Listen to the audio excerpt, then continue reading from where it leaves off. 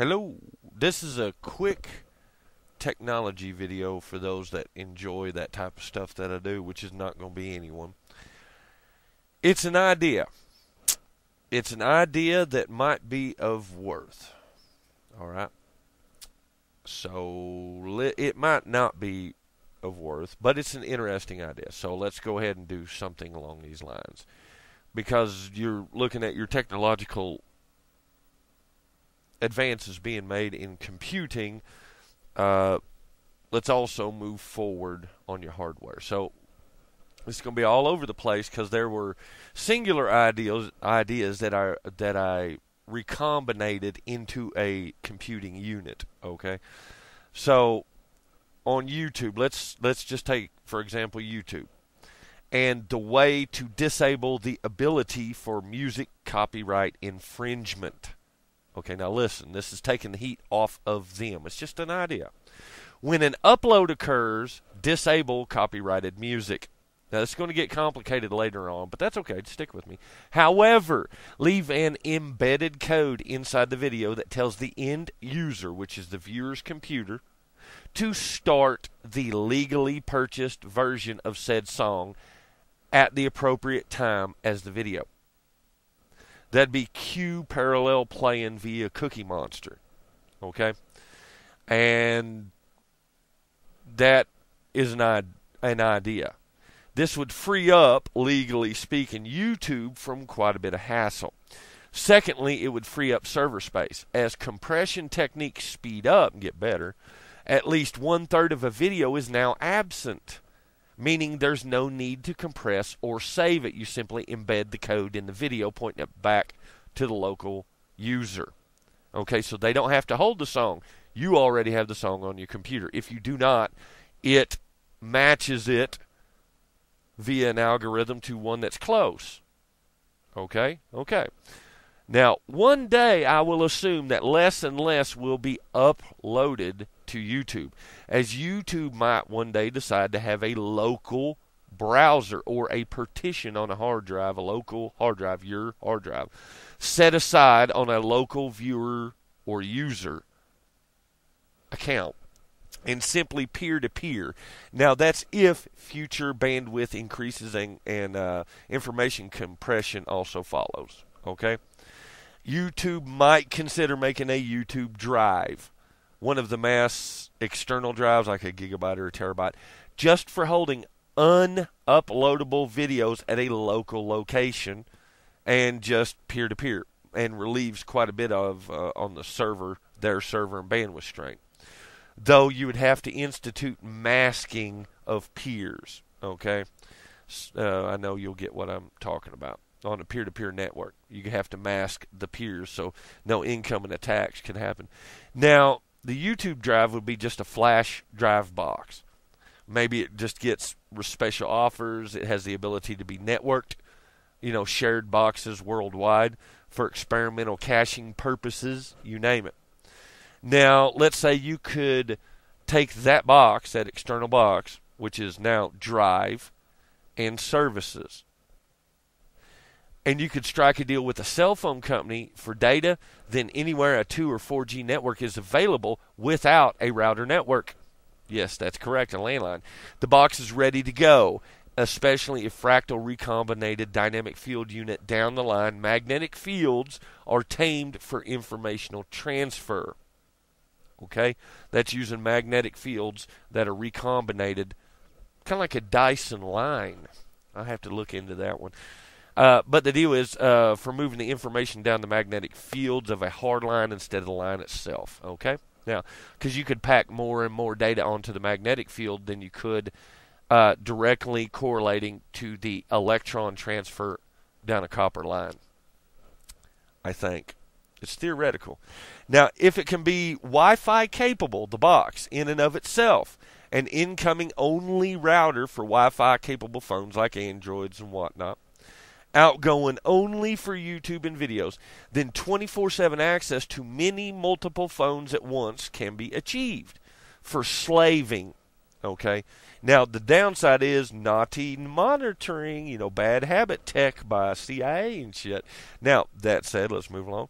Now, video chat. googly-eyed hangouts could be achieved in combination with the YT box, more and more could be forced into local storage away from server expenditures by YT and Googler. So you're looking at decentralized centralization via fractal mechanic recombination, and we're not done yet. Because once I started on this, I had to do it all.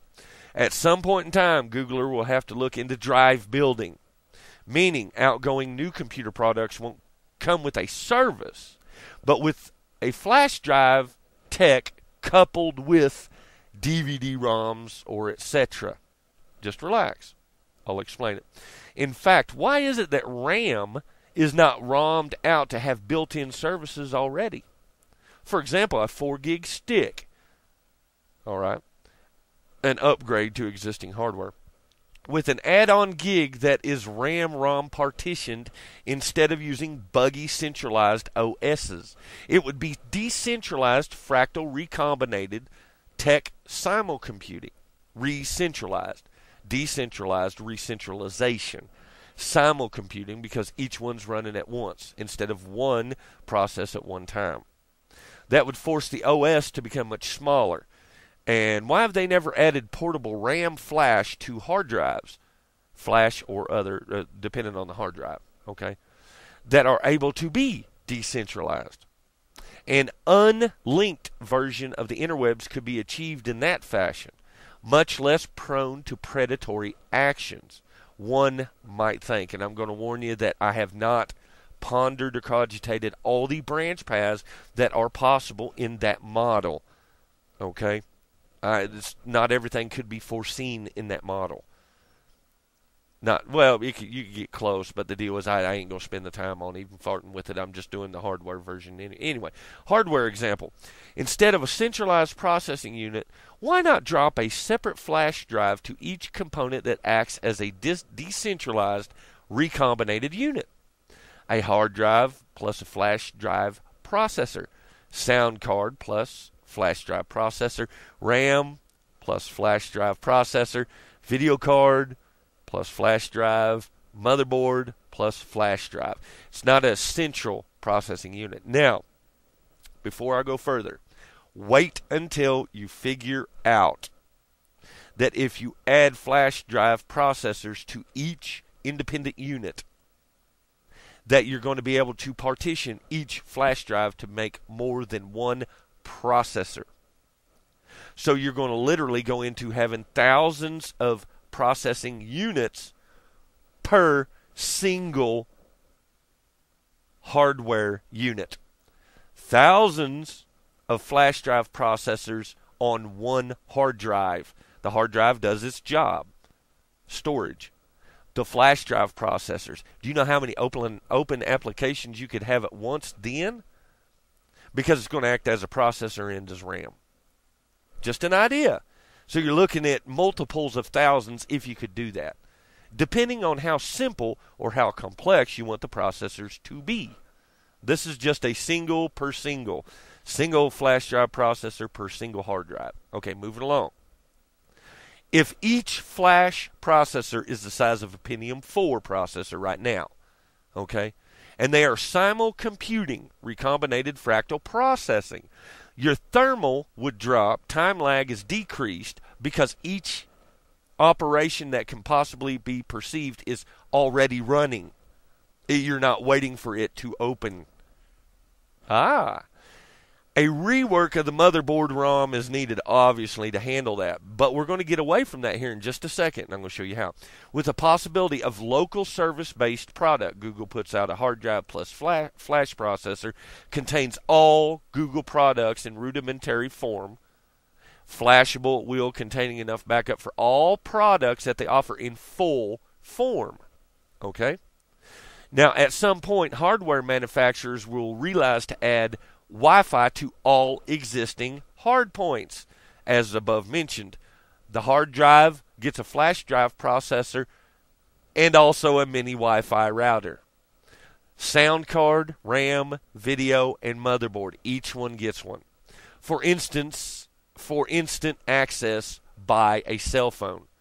And in fact can turn each single unit into a mini router itself. recombinated. And you're going, oh shit, but what happens to my hardwiring? You don't have it. Think of how small your motherboard would start to be then.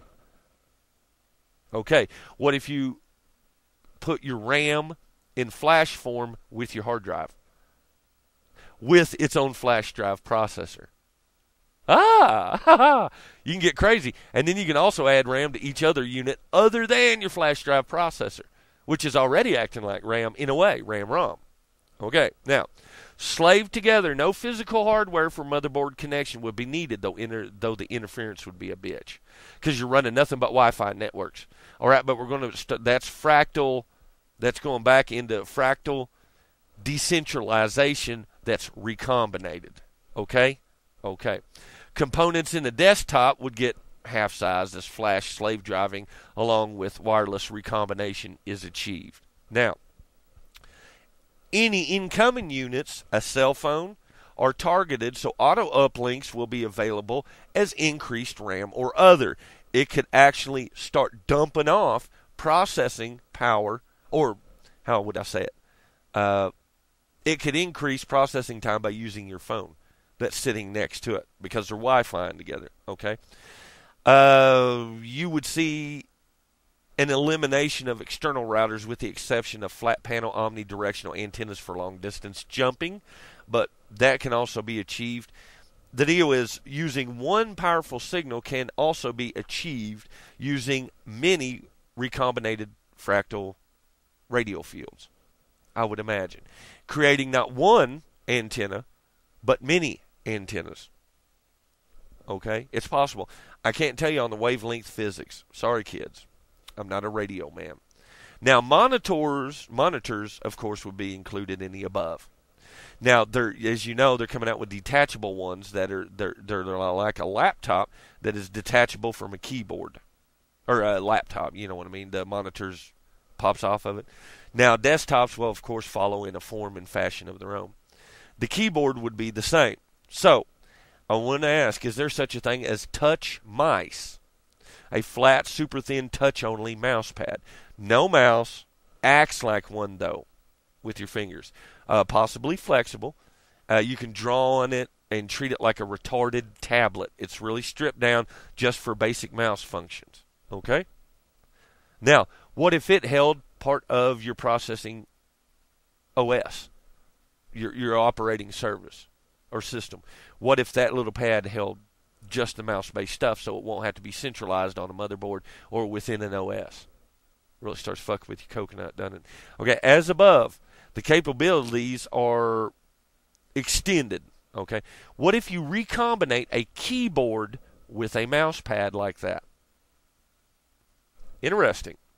The capabilities, again, are extended of flash storage. Mini router can act as a mini computer tablet, almost like a slaved iPad to a desktop, just not as powerful. Okay? Because we're going to talk about recombination. All right. With the increase of power of a desktop by doing this, they're going to become relevant again as computing powerhouses. So if we went recombinant, keyboard, mouse, and monitor all in one.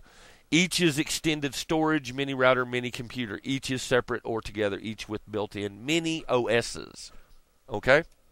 Like Windows 8 for a phone, except each one's got its own, and let's retard the OS itself to make it simpler, because we're going to do recombinated, decentralized, fractal recombination computing. All right, like I try to call it something like flex computing. But none of this is any of my work on trinary liquid simul-computing. I haven't got to that yet. However, while I was doing this, I realized we need to go protein-based goo simul-computing. And I'll bet you we can do that. That would be a natural computer. That would be protein-based. Interesting times, right? Interesting times, and it could be. Could be. I just don't have enough. Anyway, this was a stupid video, but not really, because there is something to some of that. I just don't know how much. Because once you get away and go into smaller and smaller single units with their own processors, you'll be able to start slaving some massive systems together, and you're going to start simul-computing. Okay? So you'll have everything running at once, and it'll be extremely easy to retrieve. Okay? All right. I don't know if that's better than centralized processing. It's just an idea, because you would get into some serious thousands of tiny processors then, which would take, even if you threw in a massive central processor, let's just say you do, it would be interesting because you would make the central processor a Wi-Fi router as well, okay, with its own flash drive. So you're looking at it having the central processor has its own OS, everything else has its own OS, and you're starting to slave everybody together. But you can remove everybody, but it's all Wi-Fi based. So it's as simple as hauling off your keyboard detached from your monitor, detached. Okay, all right. Just an idea. It's probably not a good one, but I did try. Believe it or not, I do try some from time to time. So if any of y'all know Google, send it over there or send it to YT. Goodbye.